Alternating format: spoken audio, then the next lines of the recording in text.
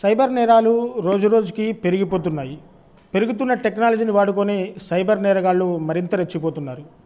అపరిచిత వ్యక్తులకి emails, WhatsApp, ఫేస్బుక్లు, ఇతర యాప్లు లింకులు పంపించడం ద్వారా వాటిని క్లిక్ చేసిన ప్రజలు వారి వారి ఖాతాల్లోంచి సొమ్మును పూర్తిగా లాస్ అవుతున్నారు. ఇక ఇదే అంశం మీద అప్రమత్తమైన పోలీసులు ప్రజలకు పలు సూచనలు చేస్తున్నారు. అపరిచిత వ్యక్తుల వద్ద నుంచి ఎటువంటి ఈమెయిల్స్ కానీ ఇతర లింకులు కానీ వచ్చినా కానీ ఫోన్స్ వచ్చినా ఓటీపీలు చెప్పొద్దంటూ కూడా ఆ ప్రజలకు అవగాహన కల్పిస్తున్నారు పోలీసులు. ఇక ఇదే అంశం మీద మనతో మాట్లాడడానికి Khammam cyber crime assistant commissioner Shankar మనతో అందుబాటులో ఉన్నారు. మనం సార్ని అడిగి మరిన్ని విషయాలు తెలుసుకుందాం. సో సార్ నమస్తే, వెల్కమ్ టు అవర్ టీవీ.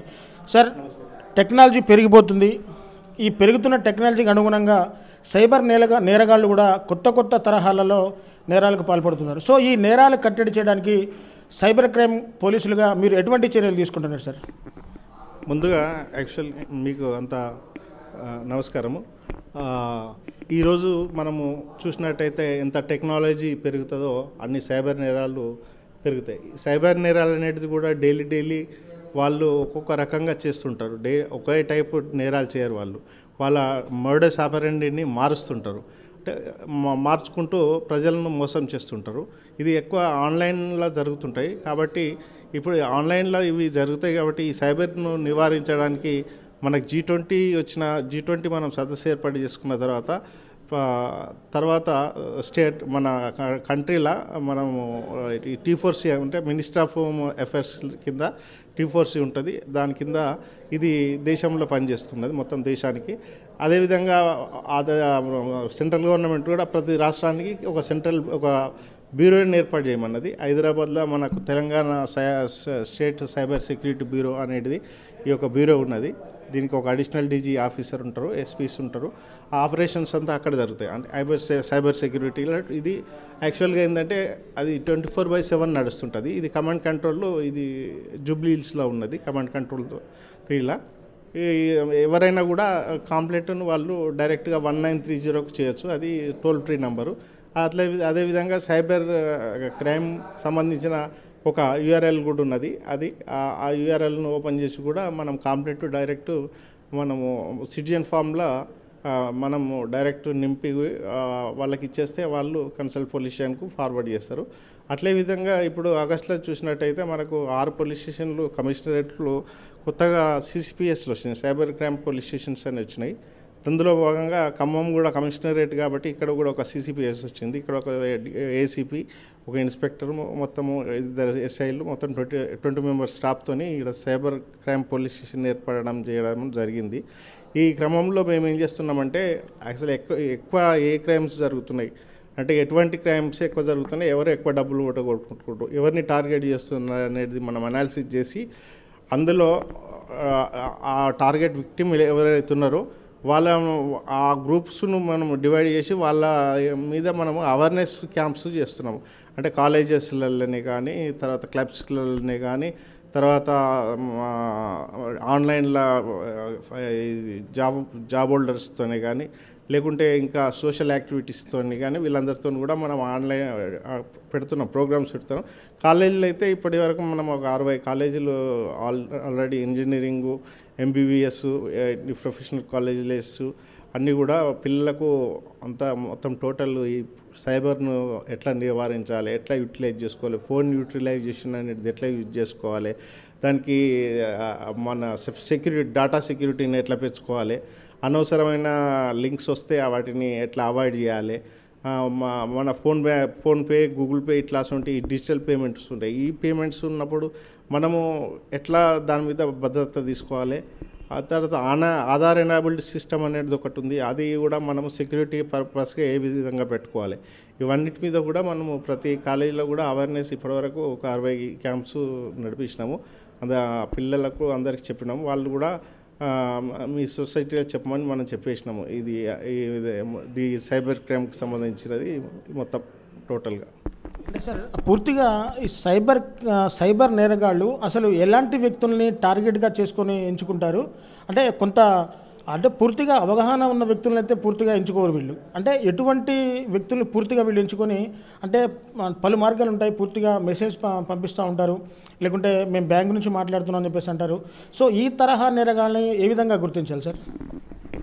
అంటే సైబర్ నేరంలల్లో చూసినట్టయితే ట్రెండింగ్ ఇప్పుడు నడుస్తున్నది job frauds, investment fraud, job frauds, identified theft, తర్వాత ఇంకా ఇట్లాంటి సైబర్ నేరాలు నడుస్తాయి. మెయిన్ టార్గెట్ ఏంటంటే బాగా చదువుకున్న వాళ్ళను, ఇది ఐటీ కంపెనీలలో ఉద్యోగాలు చేస్తున్న వాళ్ళను, కొద్దిగా మంచిగా డబ్బులు ఉన్న వాళ్ళను వీళ్ళు టార్గెట్ చేస్తారు. వాళ్ళు ఏంటంటే 1 అవర్కు మేము ఇంత ఇస్తాము, లేకుంటే 1 డేకి ఇంత సంపాదించవచ్చని ఫస్ట్ ఇన్వెస్ట్మెంట్ పెట్టించి ఒక 2-3 స్టేజ్లలో వాళ్ళకు రిటర్న్స్ ఇస్తారు.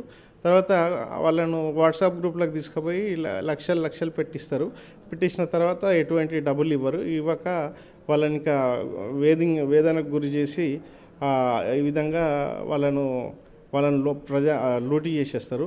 మెయిన్ ఏంటంటే ఎక్కువగా టెక్కీస్ లాస్ అవుతున్నారు దీంట్లో.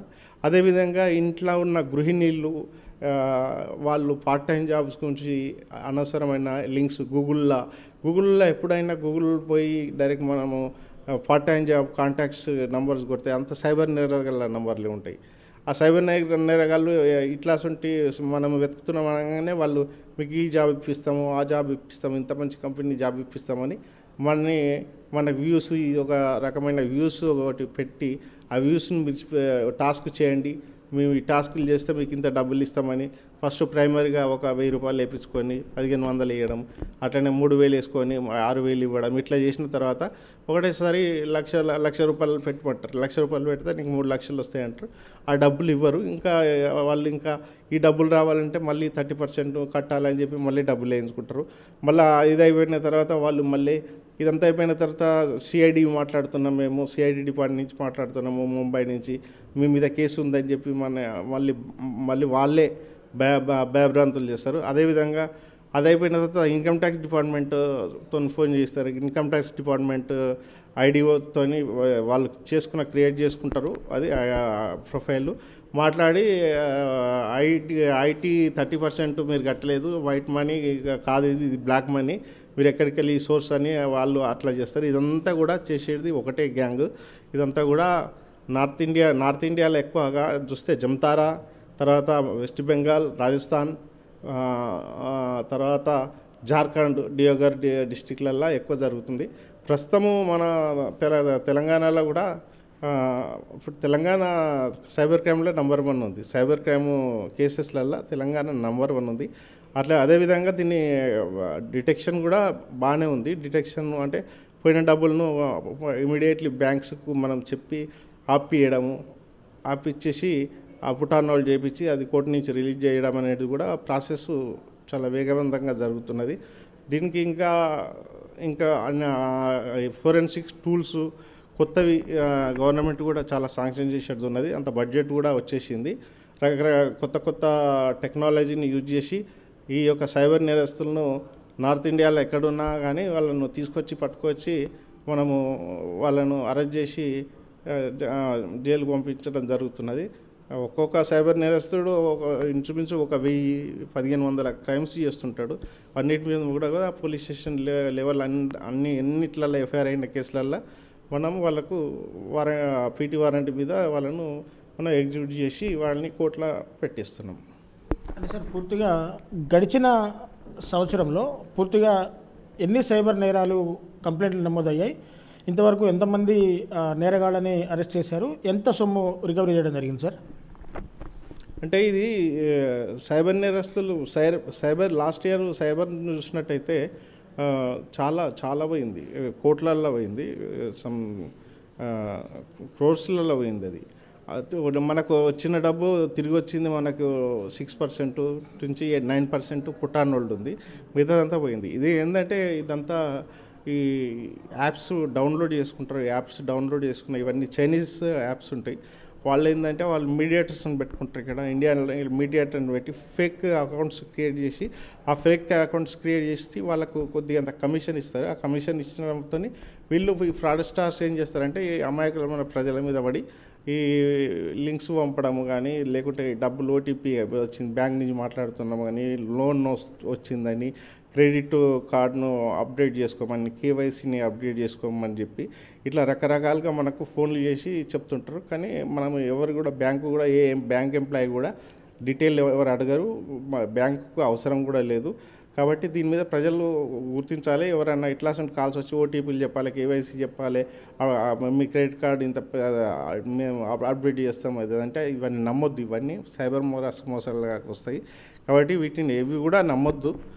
ప్రజలు ముందుగా గ్రహించాలి.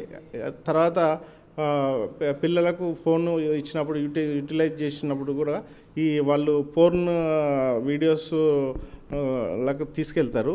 తీసుకెళ్ళి వాళ్ళను మానసికంగా కూడా వేధిస్తారు. ముఖ్యంగా అమ్మాయిలు వాట్సాప్లకు వచ్చిన తర్వాత వాళ్ళను ఫోన్ మార్ఫింగ్ చేసి వాళ్ళను వాళ్ళ ఫోటోతోని క్రియేట్ చేసి థ్రెటనింగ్ చేసి డబ్బులు వసూలు చేస్తారు. దాంతో చాలామంది లాస్ట్ ఇయర్ చాలామంది చనిపోయినారు. ప్రైవసీ డాటా అంతా థెఫ్ట్ అయిందని. కాబట్టి ప్రతి వ్యక్తి కూడా ఆయన యొక్క ప్రైవసీ డాటాను సెక్యూరిటీ పెట్టుకోవాలి, ఫోన్ సెక్యూరిటీ పెట్టుకోవాలి, అట్లా విధంగా నెట్ సెక్యూరిటీ కూడా పెట్టుకున్నట్టయితే దీన్ని మనము నివారించవచ్చు. సైబర్ నేరస్తులను గుర్తించాలంటే అనవసరమైన మనం ఏమైనా లింక్స్ వస్తే ఆ లింక్స్ని మనం క్లిక్ చేయొద్దు. ఆ క్లిక్ చేస్తే దానికి వెనుక బగ్ ఉంటుంది. మన డాటా అంతా వెళ్ళిపోతుంది, వాని చేతిలోకి వెళ్ళిపోయినప్పుడు యాక్సెస్ అనేది వాడు చేసుకుంటాడు. మన బ్యాంక్ అకౌంట్ ఉన్న ఫోన్ మనము బగ్గును వాడు పంపించిన లింక్ను మనం క్లిక్ చేస్తే దాని వెనుక బగ్ ఉంటుంది. దాంతో వాళ్ళు ఏం చేస్తారంటే యాక్సెస్ అంత వస్తే వాళ్ళకే పోతుంది, ఓటీపీ కూడా వాళ్ళకే పోతుంది. పోయి ఇట్లా బ్యాంకులోకి వెళ్ళి డబ్బులు కాజేస్తారు. సో చూశారు కదా, ఇది పూర్తిగా సైబర్ నేరగాళ్ళు సరికొత్త తరహాలో నేరాలకి పాల్పడుతున్నారు. సో పూర్తిగా సైబర్ నేరాల్లో తెలంగాణ మొదటి స్థానంలో ఉందంటూ కూడా పోలీసులు చెప్తున్నారు. ఇటు సైబర్ నేరగాళ్ళ ఉచ్చులో పడకుండా ఉండాలంటే పూర్తిగా ఫోన్ వాడకాన్ని ఎంతవరకు ఉండాలో అంతవరకే ఫోన్ని వాడకం చేసుకోవాలి. ఎటువంటి అనవసరమైన లింక్స్లు లేకపోతే ఈకేవైసీ చేస్తామంటూ కూడా ప్రజలను మోసం చేసే వ్యక్తుల నుంచి ఫోన్ వస్తే ఆ ఫోన్ కాల్స్ రిసీవ్ చేసుకోవద్దు. ఒకవేళ ఫోన్ కాల్ రిసీవ్ చేసుకున్న వెంటనే మీ దగ్గరలోని సైబర్ క్రైమ్ పోలీసులను ఫిర్యాదు చేయొచ్చు అని చెప్పేసి కూడా చెప్తా ఉన్నారు. ఇక అనవసరమైన లింకులు యాప్ల జోలికి పోవద్దని చెప్పేసి కూడా పోలీసులు హెచ్చరిస్తున్నారు. ఎన్ని విధాలుగా ప్రయత్నించినా కానీ సైబర్ నేరగాళ్ళు ఎక్కడో ఒక చోట అమాయక ప్రజలనైతే మోసం చేస్తూ డబ్బును అయితే కొల్లగొడుతున్నారు.